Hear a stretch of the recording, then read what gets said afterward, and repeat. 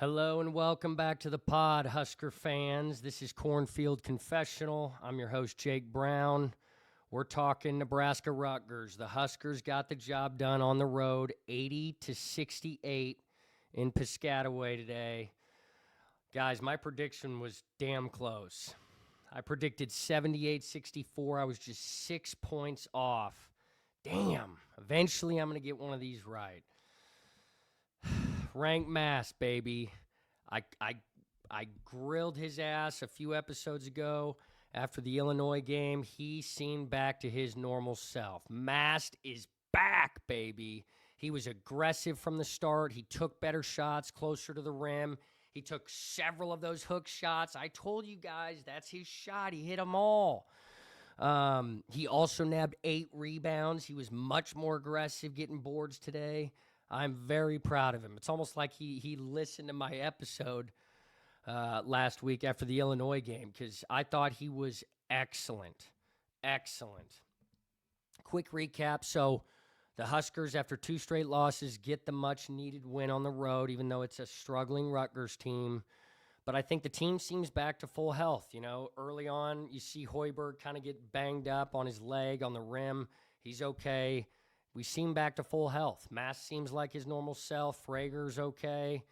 Everybody seems, health-wise pretty good. So I think that's huge. But everyone in this game did their part. And I'll get to the box score and stats in a minute. But everyone did their part. The defense, like I predicted, forced tons of turnovers. But the key, we turned those turnovers into points on the other end. Did a much better job of that than the last couple of games. And Rienk Mast, in my mind, was the biggest difference. He played outstanding in this game. So let's get into the positives from the game. The Husker defense forced 10 steals in this game. I nailed that prediction, baby. We turned them into points on the other end, an area we've struggled against Michigan and Illinois. The points off turnovers, Nebraska had 15 to Rutgers 7. And then points in the paint. Mainly thanks to Rienk Mast, baby. We dominated. It was 36-24 points in the paint. Nebraska had the advantage, and that's all Rienk Mast, baby. Free throws. It was dead even. Each team shot 12 free throws. I'll show you the graphic in a minute, but that's an improvement for Nebraska from the last 2 games. A big-time improvement. Hang on, got to get this right. There we go. Only shot 4 free throws against Illinois. We shot 12 today, so we were more aggressive. Everyone on the team was more aggressive going to the rim like I hoped we would be. But the best thing, we hit 11 of 12. 92% from the line. Rutgers was 58%. So I think everyone took it to the rim aggressively. We had 4 guys in double figures today. That's outstanding ball movement and contribution from everybody. Now, what I want to get into next is what worries me. It was a good win, got back on track, but there's a few things I want to get into that worry me. Berke Buchtengel, he's still not doing much, guys. I mean, he's got to prove that he can be more of a scorer if we're going to want to make a run in the tournament. He only had 4 points and 5 rebounds today. I hate to be so negative about one of our players because I love his effort and his energy, but he's just not getting it done. We need to find a new 4 for next season. Next game at home against Purdue, 12th in the country. But, guys, they're big and they move the ball as well, if not better than Nebraska on offense. It's going to be a tough matchup, even though we are back at Pinnacle Bank Arena. We need Rienk Mast to play his A game again, and the Huskers got to shoot threes at a high rate. We got to hit them, baby. I think we can, playing at home. But I'm worried. I am. And then last worry, talking, long term. I'm worried we don't have enough depth at power forward and center to make a deep run in the tournament. Our starting 5 is as good as it gets. Frager coming in off the bench, Cale Jacobson, that's great, but we don't have anyone else that really is contributing off the bench, especially at the forward and center position. I mean, Berke and Rienk Mast are playing the whole game, basically, right? Justin Ballas got in late today. We didn't see Leo Curtis at all. We didn't see any Jared Garcia. That is a concern I have. To make a run in the tournament, you've got to have scoring depth, and I'm worried that our bigs, that we just don't have enough bigs. I understand Jared Garcia struggled mightily against Michigan. I know he's not, He's a fifth-year guy. He doesn't seem like he can get it done on the offensive board, but I thought Leo Curtis against Michigan was excellent. I don't know why he's not getting more PT. But let's move on. Burning questions. So, why are we not giving Leo Curtis more playing time? I don't understand it. Maybe one of the Husker guys will ask Hoiberg in his next press conference, but I thought when he came in and played against Michigan, he was great. I know he's raw. He's still just a freshman, but I'd like to see Leo Curtis get some more time. And then I know Garcia, he's not my favorite. He struggled to contribute, but again, against a team like Rutgers, why didn't he get playing time at the end of the game? We've got to get more guys in the game. Playing with 7 guys, I trust in Hoiberg. I know he's smart. I know he knows the game, but I'm worried about our depth, and why Leo and Jared aren't getting more playing time is a little confusing to me. So you guys in the comments, please let me know if you have more info or insight on that. Okay. All right, let's get into the box score from the game. So you see Rienk Mast. Look at the difference. He was 2 of 10 against Illinois last game, 11 of 20 this game. That's aggressive basketball played by Rienk Mast.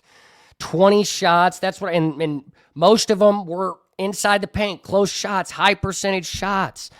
I'm telling you, it's like you listen to my pod, baby. 26 points, 11 of 20 shooting. He was 1 of 4 from downtown. It was just good that he hit one. And then 8 rebounds. That's what I'm talking about, Rienk. That's what I'm talking about, baby. Price Sanford, 15 points. Jamarcus Lawrence, I was 1 point off my prediction. I thought he'd finish with 13.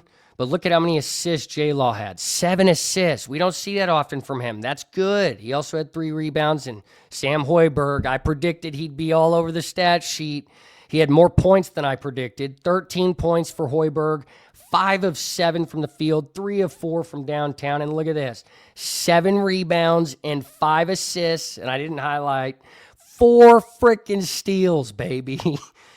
13 points, 7 rebounds, 5 assists, 4 steals. My God, heart like a lion, baby. I love this kid. Love him. Braden Frager had an off game, just 2 of 10 shooting, 6 points. Cale Jacobson had 4 points and 5 rebounds, also had 3 assists and 2 steals. So Jacobson's putting in good minutes, baby.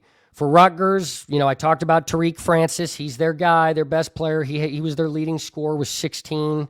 Also had 5 assists. Their leading rebounder was Darren Buchanan.